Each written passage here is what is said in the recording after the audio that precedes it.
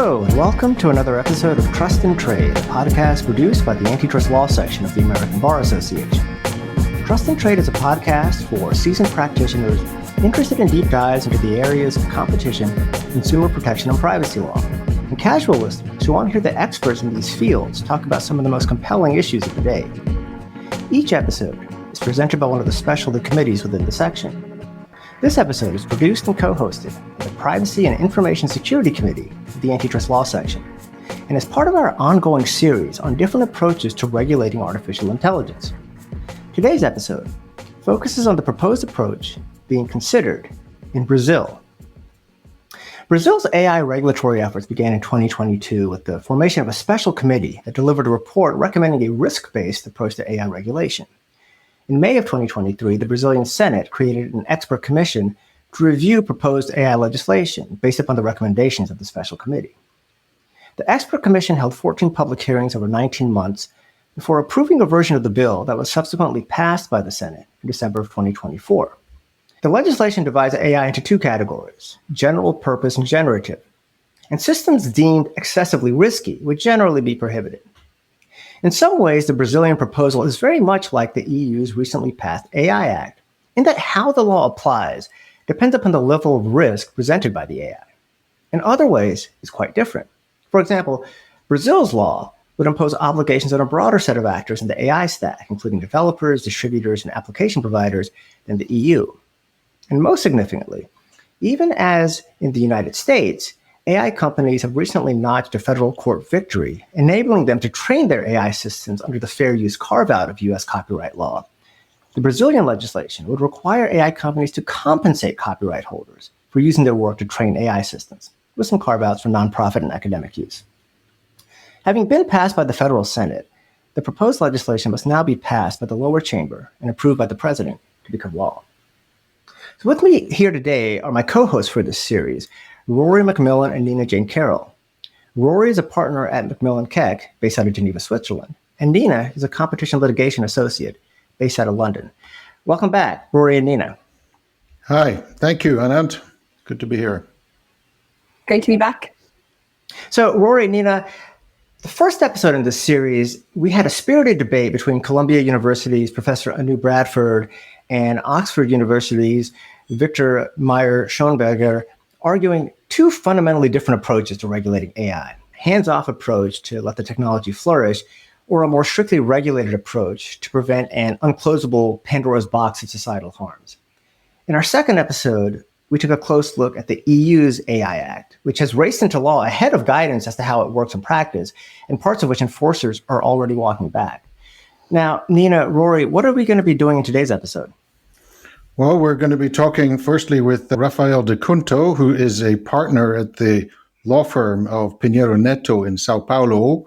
Raphael is one of Brazil's leading tech lawyers. I've known him for more than 20 years. We worked together many years ago on a number of matters, and he's really very knowledgeable in this area. He will be giving us a deeper sense of the Brazilian legislation, how it got here, why is Brazil taking this approach, and some of the strengths and some of the potential weaknesses of the way that they're going, and the likelihood of them carrying on along the current trajectory that they have. And we're hoping this will be a way of exploring the tensions that came up in those earlier episodes, where Victor really was arguing for multiple different ways of approaching AI, allowing it to evolve and learning as regulation interacts with the technology and use in the market, particularly learning as it goes along what is working and what is not,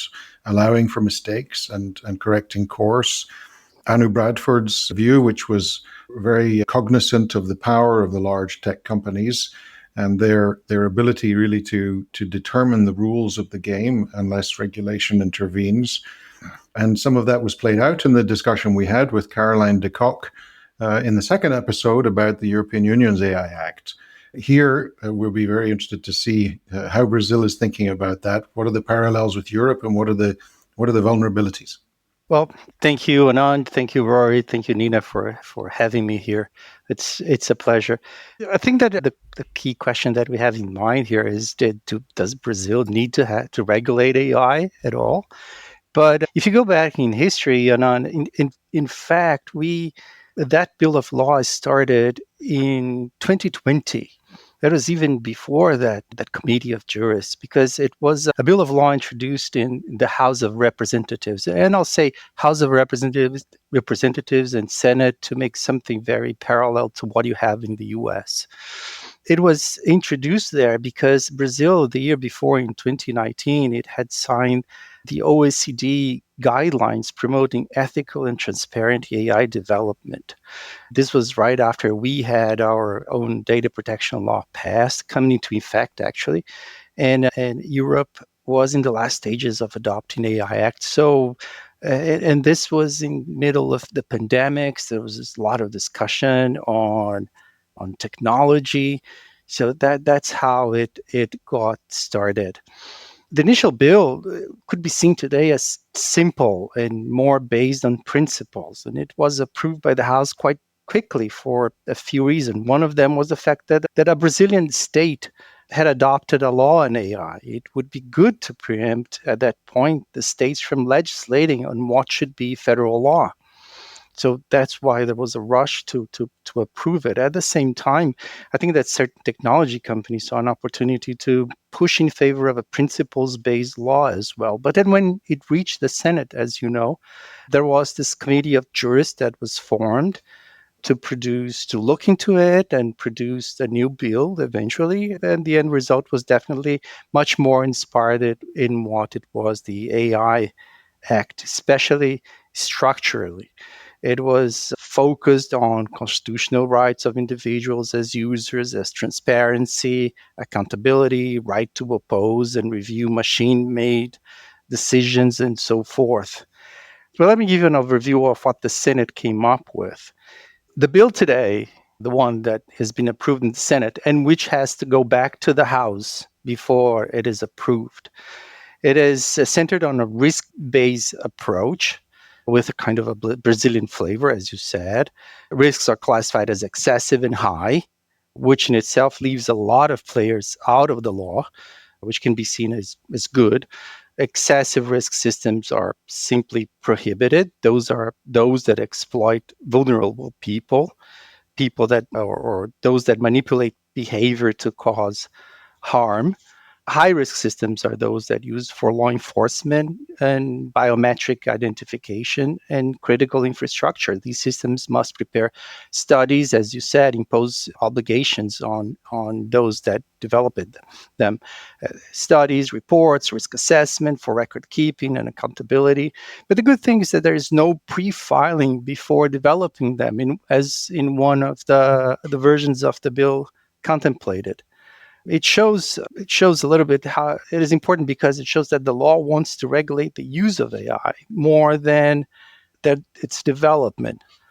And the allocation of liability, which could impose limits on AI, they just refer to our own civil law and consumer code, which has its flaws, of course, but the basic rule is that if you do harm, you have to pay.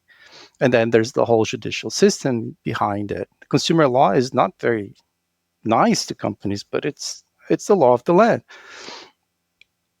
And then a new thing that was created was the system to oversee and regulate AI. There is an agency in charge of that. It will be the Data Protection Authority, which already exists. Other sectoral authorities will be part of the system within their own expertise, jurisdiction, in charge of industries. There's the telecom agency, the central bank, the Securities Commission. They will be part of that system under the overseeing power of the Data Protection Authority. The Data Protection Authority will have powers to impose penalties. These penalties for violation of the law can go up to 2% gross revenues of the company up to 50 million reais, which today is more or less like $10 million. And there are other penalties as well. For example, to stop using AI, period. Well, that's to be seen. But as you said, one very, very key aspect of the law is copyright. Copyright. I think this is, for me, this is the key aspect of it. We can talk about that. Brazil is a country where the copyright law, contrary to the US, does not adopt the concept of fair use. This means the authorization from authors is mandatory, and a fee must be paid whenever protected work is used. There must be compensation, no exemptions. And the bill reflects this use. So I was talking the other day to a startup company, an AI startup company, and they had to pivot from that because they saw that just trying to be in the business of developing models was a no-go for them. It was very, very difficult to mine. First of all, to mine in Portuguese. Is it available? Do you have a meaningful set of data available in Portuguese, publicly available? And can you actually mine? The data is not properly, it's not beautifully set to be mined. It hasn't the tags, hasn't digitally stored in a way that it can be looked into. It's old. It's in public libraries. So that poses a difficulty. On top of that, there's copyright. So yeah, they have to enter into agreements with all kinds of news outlets, authors. So there's always this kind of difficulty for them. And then they said, well, let's try to go into businesses. Let's develop just for business. Let's go into niches. But then they said, well, but I can't scale. And Raphael, this business, what kind of AI business were they trying to set up? Was it a generative chatbot type, very general kind of technology, or something very specialized? No, they're trying to build foundations, models. Uh-huh. So that means that it is much easier to go into AI if you build AI applications based on existing models like ChatGPT. Mm-hmm. So, but that does that mean that our country is condemned to do that? So the two chokeholds that we see that we have is how to mine, and for that there is the copyright issue, and there's also an infrastructure issue. In order to have the computer power to do that, do we have that computer power? There's, in this sense, the bill of law is positive. There is a line there. It's just a small line that says that the AI law doesn't apply to infrastructure related to the storage and flow of data employed in AI systems. That means data centers. Mm-hmm. So at least data centers know that whatever they do, they're outside the scope of the law. That's good. There are other issues, obviously, but that's a positive thing. But then again, will we be able to build data centers as necessary as it is to have the right computer power to build those great foundational models that everybody expects? I don't know. Can we mine? I don't know. Can we mine in Portuguese? So these are the constraints that we have here. So the bill, I think that the way to perceive the bill is, I know it is, sometimes it looks not so good, but it has very positive things. They don't restrict all risks in AI development. I don't think it curbs development, but one thing is very difficult, the copyright. Mm-hmm. So let me sort of summarize what I'm hearing from you. So the bill in its structure sounds fairly like the European Union's AI Act in that it's regulating development, deployment, and use in Brazil. It's regulating developers, distributors, deployers, and it has these risk categories. You have excessive risk for use for vulnerable people, a number of the facial recognition, and a number of other uses which are map quite well onto the European Union prohibitions, and then those are outright prohibited, if I understand correctly. And then you have the high risk areas where they're subject to obligations to assess the risk before you launch it or distribute it, Right. to report on incidents that occur, to make sure that you have proper records of all the processing, protections against bias, transparency, and explanations built into the system. And so you have these, again, European-style obligations, which are quite intensive and weighty to follow, although a lot of people argue that this is actually just good data governance practice and responsible way of handling. But what you're telling us that's very interesting, that is new in this discussion, is in the case of Brazil.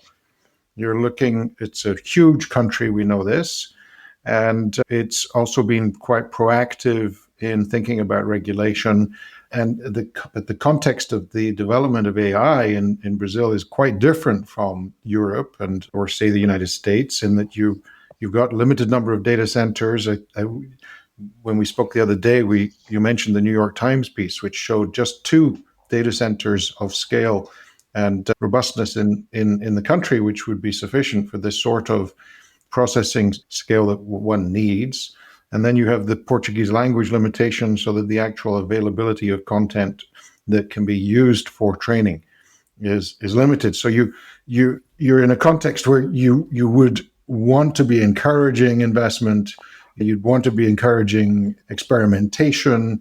It strikes me, it's a very interesting question. If you have less training data, then I guess you have more risk of error. You have maybe more risk of bias, which could be an argument for having heavier regulation. At the same time, you're in a context where you want to allow as much innovation as possible. So how do you think about that kind of, the two sides of this, trying to protect while trying to allow innovation? And then I go back to my first question, which is, do we need to regulate AI in Brazil? Maybe we do, but in a positive way, to help develop it, because we need to take out certain structural obstacles that we have. One is really, we must make changes to the copyright law. So obviously it's not an easy task, because we have to convince authors that it might be good for them, or maybe we have to have mechanisms that at the same time they can be compensated in a way that it can be fair, but it's not easy to calculate, to distribute everything else. Maybe there's a compromise to be made there. And in terms of the reality of AI use in Brazil, Raphael, a criticism of obviously the EU AI Act is that, the EU has regulated too soon, and that it's quite overly prescriptive in that sense. Do you think, given the state of AI development in Brazil, that Brazil has regulated too early also? Is that something that you would stand by as a criticism? Well, it hasn't really regulated yet, if you think about it.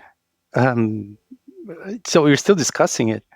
Maybe, and we still have the lower house. We have presidential elections next year. We have turbulence. And yesterday there was a new turbulence with Mr. Trump's tariffs. This will certainly cause political upheaval here. We have, maybe this will cause the discussion to mature. Do you think there's scope for them to be revising the bill as it is now, or is it just likely to be delayed? I just don't.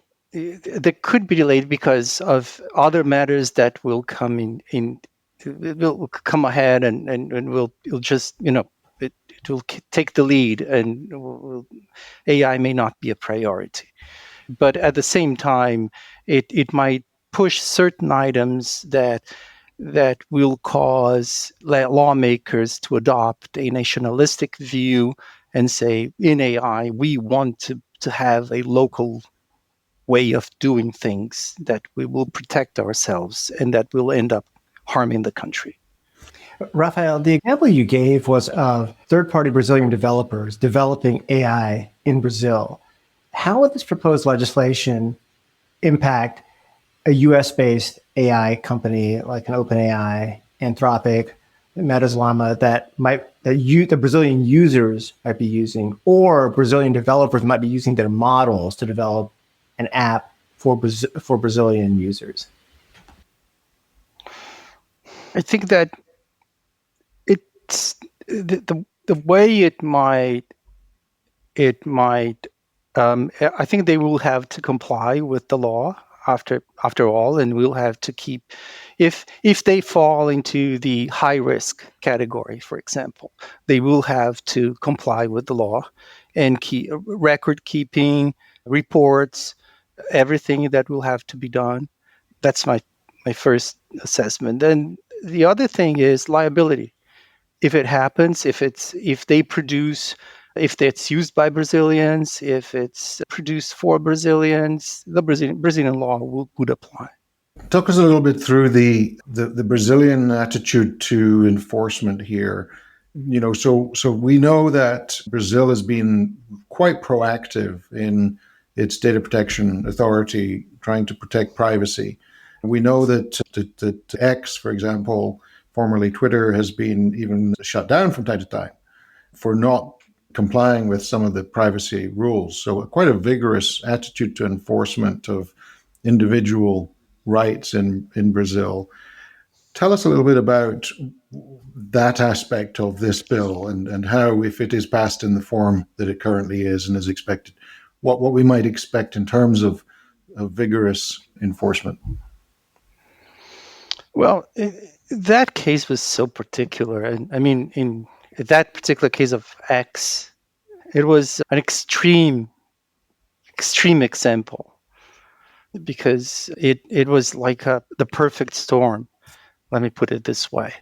Remember that it was what happened there was it was an investigation into the remember that a mob rushed into the Supreme Court, the Brazilian Congress, destroyed everything. So there was an investigation, and right after that, into those people, and certain accounts into X were used to issue threats to the law enforcement agents that were making the investigation. Mm-hmm. And the Supreme Court, which is handling the investigation, I know it's weird to have the Supreme Court handling the investigation, but the Supreme Court ordered them to be taken down.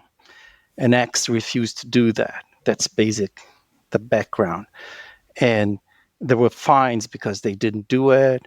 And then it escalated. And then it became even personal. But the thing is, the overall system is very litigious in Brazil. Mm. Access to the judicial system is easy. Access to the judicial system and right of action is available individually. So everybody can bring a case if they. Everybody can bring a case. Everybody has standing. Mm-hmm. That means that everybody that feels as if he or she has been harmed by a technology company can go to court to claim his or her rights. That is one of the reasons why they face so much litigation in the country. In the case of AI, why would it be different? And so do you think we'll see where, it sounds like your client the other day decided not to go ahead, but I'm sure some will go ahead and some will, I imagine, troll online content and use it as best they can. Now, for a copyright owner to be able to work out whether an AI app developer has used their content may not be super easy unless they recognize the content coming up in responses, perhaps. But do you expect perhaps we will see a number of cases being brought in Brazil by individuals, by authors, artists who are objecting to the use of their content by the developers? It could be, but how to show that is their content and that it has been copied? Because on the other hand, we have quite a substantial body of jurisprudence in respect to copyright law.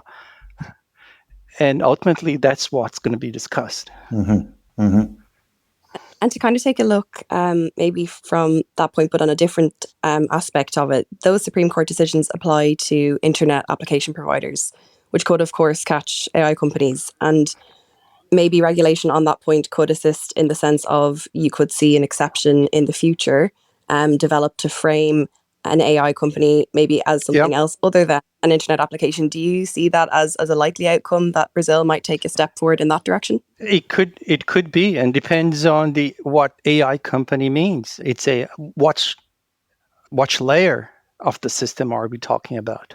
And of course, then you could see a battle occurring really between, civil society and the activists that are on that side saying that, no, we want to change the way the regulation is going to be to protect your right. And then you'll see, of course, on the other side, the AI companies wanting to take, their companies outside of the definition of an internet application. So that could be quite interesting in the next year. Because it's very easy to take down a content that is, or it has its technical aspects, but one thing is to take down specific content that is in a social network, although there are difficulties if it's not very specific. The other thing is, how do you eliminate the output of AI? It is much more complicated. So it's a different technology, ultimately.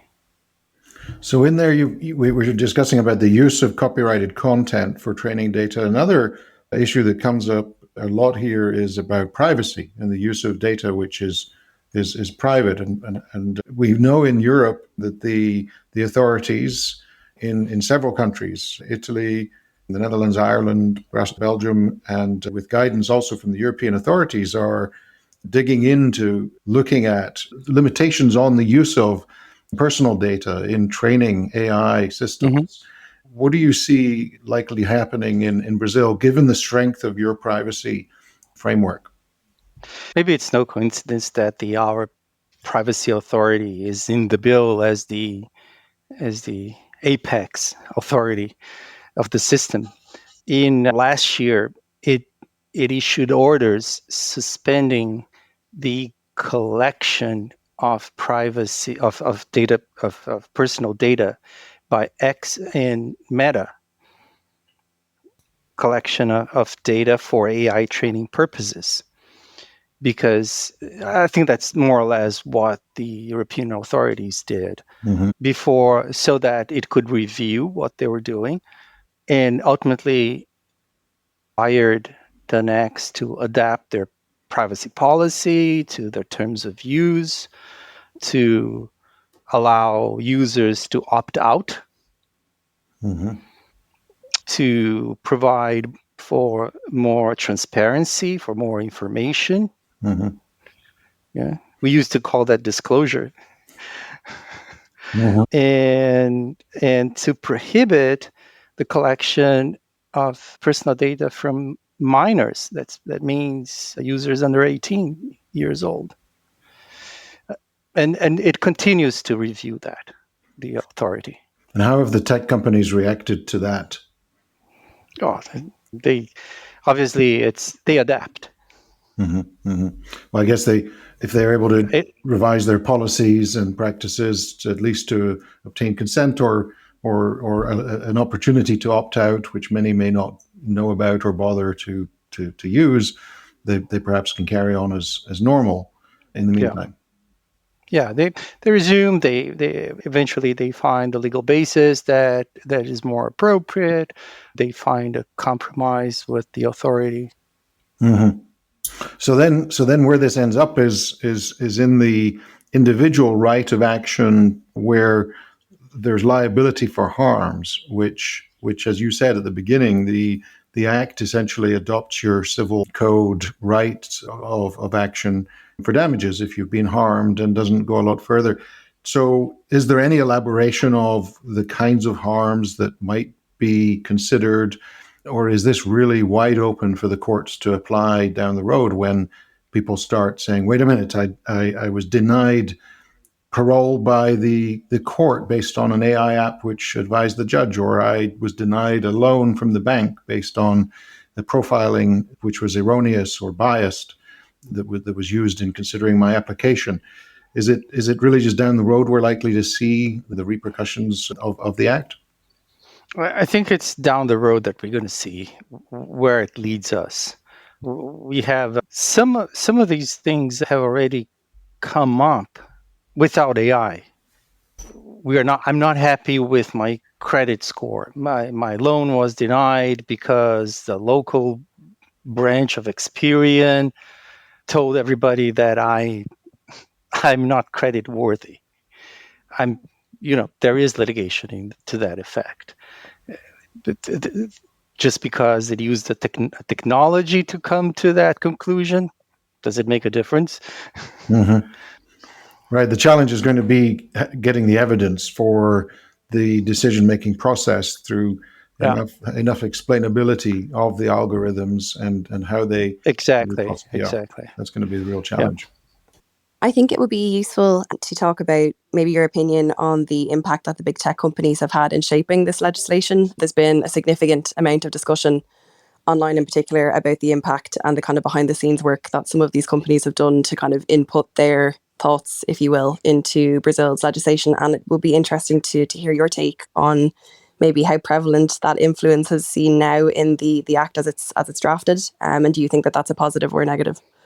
Full disclosure, some of them are our clients. There is a rule that we can't badmouth clients, but I think it's positive anyway. They are big players. They're part of it. I think there is. You have to think about the big scenario that we have here. We have had big discussions on fake news. There is another bill of law that goes back to our past elections and the role that technology companies have played on whether they should or they should not monitor what goes on in their networks. Whether that and free speech. I think that the technology companies, they are obviously very careful about how they can influence the discussion on AI because of what goes on there. And then if you put in perspective what went on with X in the Supreme Court, they have been careful with AI as well. And they have not been seen as good guys lately. So they try to advance their interests, of course. I think most of the time they have to explain the technology, which is essential. It's very difficult that kind of dialogue is really essential for the lawmakers, and it's a role that they have to play. The benefits of the technology is key for the lawmakers to understand why we are heading to, as the New York Times article said, a big divide between North and South. We have to have them here in this discussion. The pervasive effects of the technology, perhaps you already know them. So let them at least explain what they do. That's really interesting as well, because I know when we spoke the other day, something we had a chat about was that there's this idea that you start at the point that AI is bad to begin with, and then you work backwards from there. So you assume that there's going to be a number of negative impacts on end users, and you work backwards to regulate that way. And it's interesting to have the tech companies so involved in that sense to be able to explain the technology and possibly demystify some of the technology for legislators. That might be something that other countries can learn from in terms of engaging with stakeholders that deploy and develop AI at an earlier stage, so that you have a workable piece of legislation that takes into account not just the impacts of the technology, but those who are actually developing it. Yeah, and I think that at the end of the day, is it why do we need to regulate AI? And it can be a very positive thing if we don't take a very shallow view of it. If we go to the challenges that we face, the chokeholds of our development, and really embrace it. Raphael, we like to end these podcasts with a few takeaways for practitioners. What would you like to leave the listeners here with? Well, maybe pay attention to what Brazil is doing. It might be more interesting than you think. We have, I wouldn't say a long way ahead of us, but it's an urgent way ahead of us. We have so many challenges. Is a way to solve them. Rory, Nina, anything from you? Yeah, I think what interests me here, looking at Brazil and coming to Brazil after looking at the European Union, is, well, the similar copyright issues, but with much stronger accent, are going to arise in Brazil because they don't have the fair use exception. So we might see quite a bit of litigation around that. And some, Raphael mentioned, some hesitation of companies to develop AI. We might also see some pretty active privacy enforcement coming up in the Brazilian case, because the country's so well renowned for its vigorous privacy enforcement. I think the other thing is that the adoption of the European Union model, with the requirements of reporting and risk assessments and building protections in, while these are all good practices, it's a challenge to apply in a country which is at the same time wanting to facilitate the development of a technology where the context is not necessarily making it easy in the first place. There's limited Portuguese language content, as Raphael mentioned. There's limited data center processing capacity. So there are challenges which maybe hold things back, where one might want to really allow the technology to grow and flourish and experiment as much as possible. At the same time, these are rationales to protect, because things can go wrong. So Brazil is clearly wrestling with the same sorts of themes that we've seen in the European Union and discussed with Victor and Anu at the beginning. And it's going to be very exciting to see how it pans out. It's going to have a big influence, I think, over other countries in the global south, which will be paying attention to Brazil, because they follow it carefully for its leadership in tech law. Nina, what about you? I suppose sticking with that point of Brazil grappling with the same issues that the EU has, at the end of the last episode that we had, we said a lot of countries might legislate like the EU or learn from the EU. And Brazil has certainly done both of those things. The type of framework that we're seeing in Brazil signals a complete willingness to engage seriously with AI regulation, even if the technology is still developing. And I think that in and of itself is going to impact and influence other countries who might have AI in that nascent state to kind of learn from that approach. And for practitioners, really, we've said it kind of throughout the last two episodes, they really need to be conscious of the differences between, in particular, the EU and Brazil, because while they might be similar, there are significant differences, and rolling out a tailored compliance regime to make sure that you hit the nail on the head across different jurisdictions as they develop is also very crucial. I think it's going to get also interesting when we turn to Korea, the US, and other countries we're going to be looking at in episodes to come as well, because they're taking a bit of a different approach. But thank you, Raphael, so much for your contribution today. Very helpful and very interesting. Thank you. And ultimately, what we want listeners to this series to think about and ask themselves is, what is the quote-unquote right approach to regulating AI? With each episode, we put a new piece on the board, and it's been fascinating to look at the ways that they are similar and the ways that they differ. So I'm already looking forward to the next one, Rory and Nina. Thank you again, Rory, Nina, and Raphael, for this great discussion. I've learned a lot about Brazil's approach to regulating AI, and I think the copyright piece is going to be fascinating to watch the influence of that piece, should it survive, into legislation with other countries wrestling with these issues.